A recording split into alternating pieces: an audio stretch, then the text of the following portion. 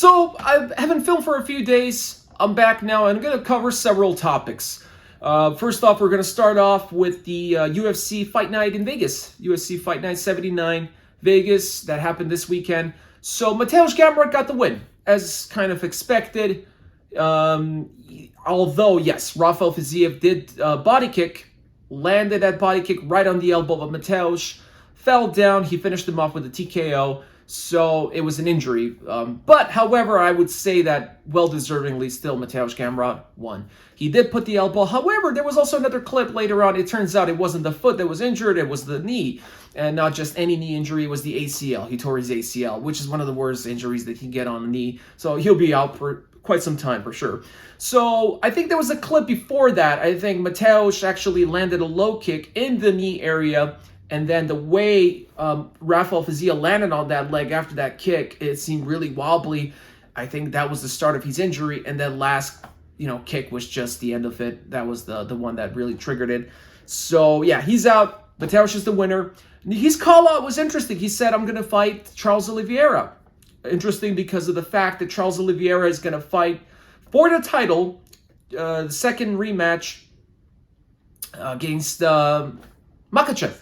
Islam Makhachev in Abu Dhabi this October. So he said, I'm going to fight Charles Oliveira. And on top of that, he didn't say, no matter who wins, I will fight the winner of that match. No, he says, I think that Charles Oliveira will lose, and I still want to fight him. If he wins, he'll still fight him. So it's an interesting call-out. You pretty much called dibs on him.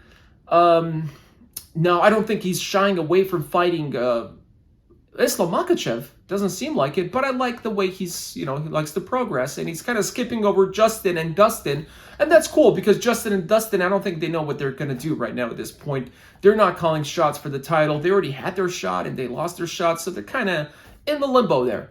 But yeah, it's a good call-out. I think Mateusz is great. His wrestling is phenomenal, proven once again. And I see good things for him in the future.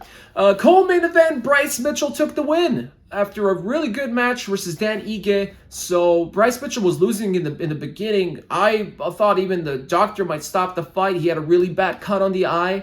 But luckily, it was not stopped. I would guess it didn't jeopardize his eye permanently. That's what the doctor saw. So they continued to fight. He utilized his wrestling in the last 2 rounds, beat him. So really, really good comeback. I thought that he was going to lose the fight. How it started, how it was going, entering the second round, it didn't look good whatsoever. But Bryce managed to make a comeback and take that fight. Dan Ige is no walk in the park, so yeah, kudos to Bryce. Yeah, he did his whole shtick, in the pre-fight. He held the Bible. It seems like a hotel Bible, one of those hotel Bibles he took from the hotel. Brought it into the cage, and he lifted it, screamed freedom, and yeah, all right. I mean, I don't think he's playing a character. I think he's just embracing his true self to the max, It's like, no, to the max. No masks. He took off the mask, and this is Bryce Mitchell. I'm going to give you Bryce Mitchell. I'm going to ride this till the end, trying to prove that he's the cash cow, and with that whole shtick and everything. Still, I mean, him being a flat earther, I'm going to say it. I like him as a fighter. I like him as a character. I think he's really a likable character, but he's a moron. So, with a lot of things, not just the flat earth, but I'm not going to get into it, especially not the religion. That's a touchy subject, and, I'm a believer myself, so no, I'm not going to go there. But, evolution and the flat earth thing, you're a moron, so, yeah. But the thing is, he's in it for the money. The little hillbilly wants to get paid, so after the fight, he pretty much started a conversation with Tim Welch, which is the coach of Sean O'Malley. He wants to be on their podcast. I think Tim Welch actually said, we'd love to have you on the podcast. Let's go into the nitty-gritty stuff of all the claims that you made. And he was like, yeah, sure, love it, And then, prior to that, Sean O'Malley's the one that pretty much called him a hillbilly. He made fun of him. I'm sorry, an inbred hillbilly. But, now that all of this happened and he took the win and he's pushing this shtick, you have Bryce Mitchell apologizing to Sean O'Malley. Like, oh, sorry for whatever he said. I don't know what he told him before. What is he apologizing for? But he apologized and then hey, let's, you want to go into the farm business? Let's do our own farm. I'll show you this. I'll show you that. Get me on your podcast. He wants to make money, all right? The little hillbilly wants to get paid. And that's all right. That's totally fine with me. He's a good fighter, but I don't know if he's championship material, but he'll get up there, that's for sure. So that happened, those 2 fights. So Herb Dean had an interview with Helen Yee. in relation to this fight night. So he revealed something to me that I didn't really know. So he actually has his own school. He has his course, but he does it like once a year. He doesn't do it much, only like a few dates in a year. And he gives a course for judging, MMA judging, for refereeing, and MMA inspection. Now, I didn't really get that part, but I think it's in relation to the bout prior to that. Yeah, anyways, he has a course. It's like $2,000-$3,000. It's a lot of money. But yeah, you finish that course and then I guess you'll learn. I don't think that one course is enough. But anyways, that course is for you to educate you to become a referee or a judge or an inspector. So Chris Lieben went through that course. He applied for the license. He got the license. And of course, he did quite a few of refereeing. Sorry, not refereeing, but being a judge on a bunch of MMA matches as per Herb Dean. And he made his debut on the very first fight of the prelims of this fight night. And his decision was not really good. I mean, everybody pretty much, deemed the winner there, and it went into decision, and the scorecards were 2-1. He's the one that says that Vidal won that fight opposed to the girl that won the fight. And I think everybody agreed, was like, what the heck? That was a weird decision. So that was not a really good commercial for Herb Dean's course. And it doesn't say much, but it does say that we always thought that, okay, we don't like Sal, we don't like Mike Bell, we want to get, because those guys were never fighters. But let's get some ex-fighters, but it doesn't necessarily mean that an ex-fighter is going to do a good job as a referee. Apparently, it does not mean. I mean, Herb Dean was an ex-fighter, but he's a referee, and he's doing a pretty damn good job. Sure, he had his mishaps, but yeah, he's there, he's doing good, but it doesn't guarantee that he will be a good judge. Apparently not. Just like in other sports, if you're an ex-player, it doesn't mean you're going to be a good coach or a referee or a judge. It just doesn't. It really depends on person to person and what they go through and how much CTE do they have, really. So that was a really poor decision by Chris Lieben, for starters. I mean, sure, it wasn't a dominating victory by that girl, but, the Vidal, the other one, did not win that. I mean, I thought that was pretty clear. I watched it. I watched the prelims. I watched all the fights for the most part. And so that's, just wanted to bring that up.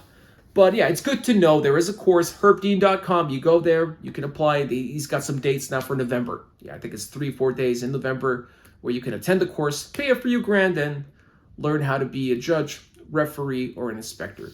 So yeah. Now, next thing I want to talk about is there was new fights that have been announced for December. I believe it's for the UFC 296, and we got some great fights coming up. Oh boy. So first thing that was scheduled was Shavkat Rakhmonov finally got an opponent. I've been talking about this guy since I started the channel and how everybody's ducking him and canceling on him. I'm super happy that he finally got a fight. And fight that I did not expect, because at first, Stephen Thompson, Wonderboy, rejected this fight. He did not want to engage Shavkat Rakhmonov.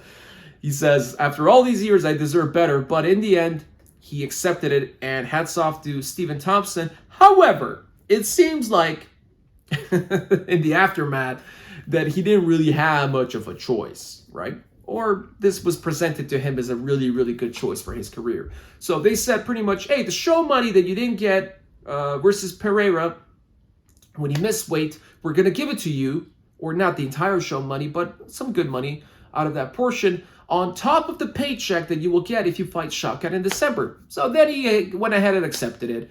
So all of a sudden now the welterweight division went from super inactive to very active. And I'm going to talk about this in a moment. So there's two fighters that still don't have a fight scheduled. And it's not two of my favorite fighters. But anyways, yes, Shavkat Rakhmonov, I think, is a really big favorite in this fight.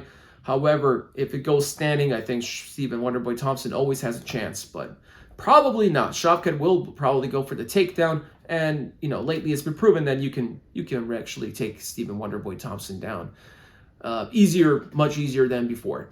So, yeah, we got that going for December. I think it's for 296 from my understanding. So that's going to be a stacked card for the end of the year. What a Christmas present we got there.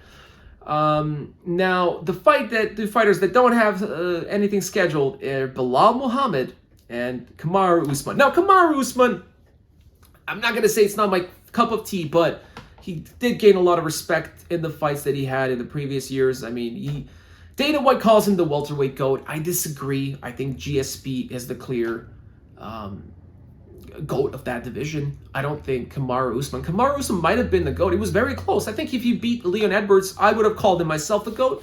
But the fact that he did not beat him, and he kind of went to a decision in the first fight versus Masvidal. With Colby as well, there was a lot of, chances for Colby there. So I don't know. I don't really consider him the GOAT, but he earned my respect. He's a great fighter. I think he's not in his prime anymore. I don't think he's going to be the champion anymore. He's still a big factor. He's not giving up, but I believe he's close to retirement. So, but Belal Muhammad, no secret there. He's not my cup of tea. I don't know. I just don't like the guy. There's nothing really specific about it. He's a keyboard warrior on Twitter. The things he says, I think, are pretty cringe. I do not like this guy. He's begging for that fight. He keeps talking about Colby. He wants the title fight. Now that's been already settled. He's still calling out Colby. Now, will he be the backup fighter? I don't think so. He has such a big ego. I don't think he wants to be a backup fighter for that title fight. And I think he's willing to wait.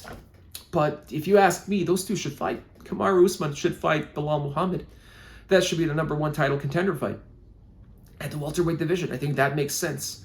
Because Kamaru was a big champion, he deserves another shot, right? And in order to get that shot, you got to beat Belal Muhammad, who has, 7, 8 fights, wins in a row.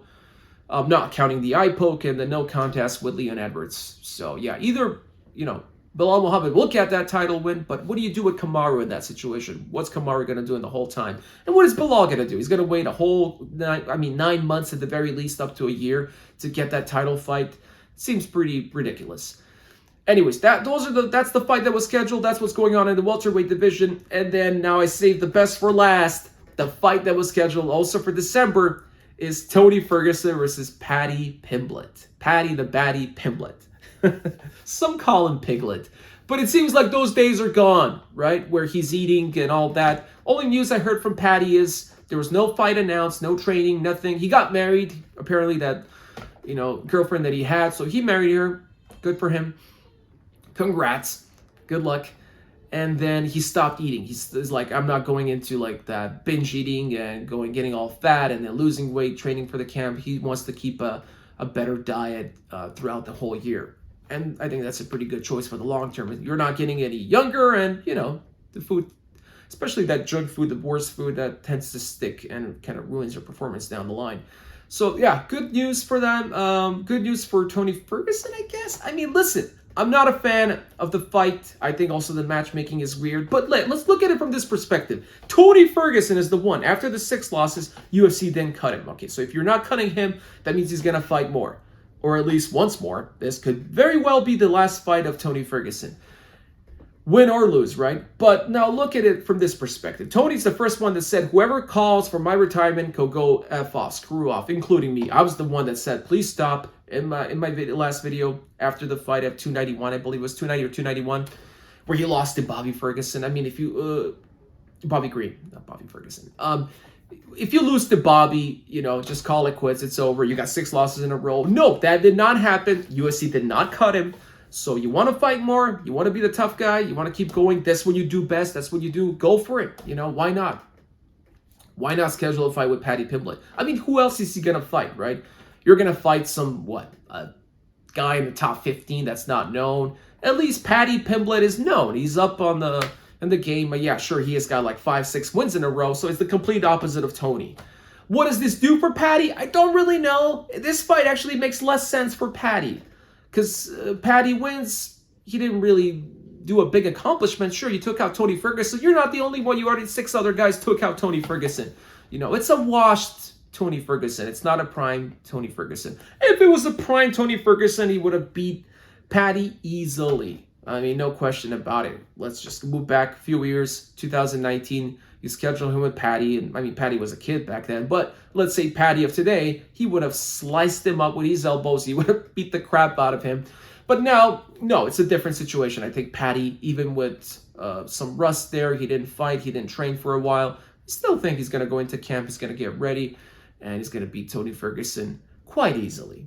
Sadly, I'm still going to root for Tony Ferguson no matter what. Even though I think he's done. I think he's washed. I think this is the end for him. Finally, I don't think you can go 7 losses, especially in a row, without being cut. If he doesn't want to quit himself, he doesn't want to retire, he's going to get cut after this fight. I'm pretty sure. I mean, how long can it go, really?